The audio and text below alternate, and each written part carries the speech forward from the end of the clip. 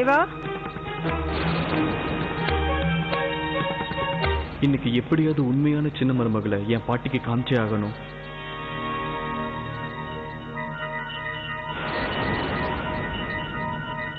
தேவா, ஏன்டா இப்படி சுத்திட்டு இருக்க? பூஜை ஆரம்பிக்க போகுது. வா, சீக்கிரமா வா.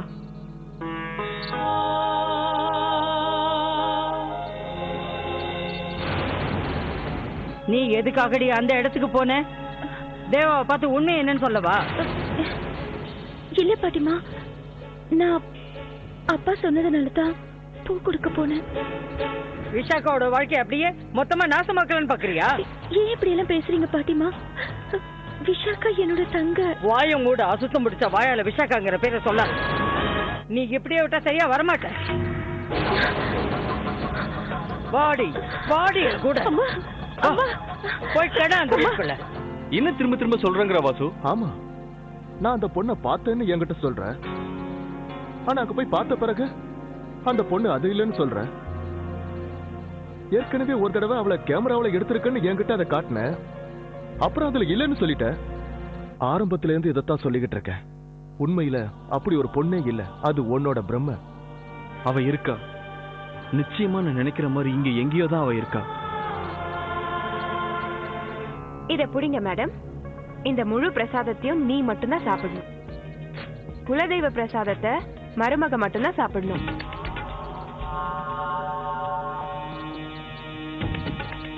கடவுளே, இவ ஏன் என்னை இப்படி கொடுமைப்படுத்துறா? ஏன் மேல இவளுக்கு என்ன கோவம்? சாப்பிடு. அடடா, என்ன பண்ணிக்கிட்டு இருக்கீங்க? ஏன் அவளை கஷ்டப்படுத்துற? ரெனாலினி, அது பிரசாதம், தண்டனை இல்ல. நானும் பாத்துக்கிட்டே இருக்கேன். எனக்கு ஒரு சின்ன சந்தேகம். இந்த வீட்டுக்கு சின்ன மருமக வந்ததுல இருந்து உங்க முகத்துல வழக்கமான சந்தோஷமே இல்லையே. அதுல தொடைக்காத சின்ன மருமகளே, தலைப்பார தொடைக்காத. உன் புருஷன்கிட்ட இருந்து கர்ச்சீஃப் வாங்கி தொட. ஏ தேவா, உன் கர்ச்சீஃப் அவகிட்ட கொடு. இந்த மோதிரம் தானே நீ முதல்ல சின்ன மருமகளுக்காக ஆசையா வாங்கினது? இவ்வளவு நாளா போடாமே வச்சிருக்கியா? உங்களுக்கு தெரியாதா? இவங்க 2 பேருக்குமே ஞாபக மறதி வியாதி இருக்கே. நீ கொஞ்சம் கிண்டல் பண்ணாம இருக்கியா? நான் ஏன் இவங்களை கிண்டல் பண்ண போறேன்? பேசாம இந்த அழகான டைமண்ட் ரிங்க நானே வச்சுக்க போறேன். இல்ல, இத அவர் என்கிட்ட கொடுத்துட்டாரு. நான் தான் இத குளிச்சுட்டு போட்டுக்க மறந்துட்டேன்.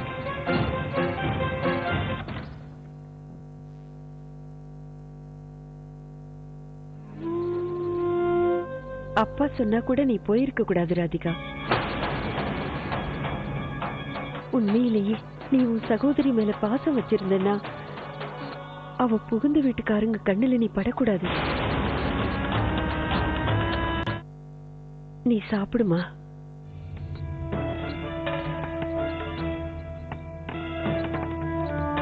அம்மாவும் என்ன தப்பா புரிஞ்சிட்டு இருக்காங்க. அப்படின்னா நிச்சயமா என்கிட்ட தான் ஏதோ தப்பு இருக்கு. அந்த மாதிரி என்ன மன்னிச்சிட்டு. எனக்கு அம்மாவோட பாசம் புரியுது. ஆனா உங்க பேச்சு கேட்கிற நிலைமையில நான் இல்ல. இந்த சாப்பாட்டை நான் கோமாதாக்கு கொண்டு போய் கொடுத்துடுறேன். நீ முந்தி மாதிரியே இல்ல, ரொம்ப கவலையா இருக்க. நீ நினைச்ச மாதிரியே ட்ரீம்களை கல்யாணம் பண்ணிக்கிட்டதுக்கு நீ ஆகாயத்துல எல்லாம் பறக்கணும். இப்போ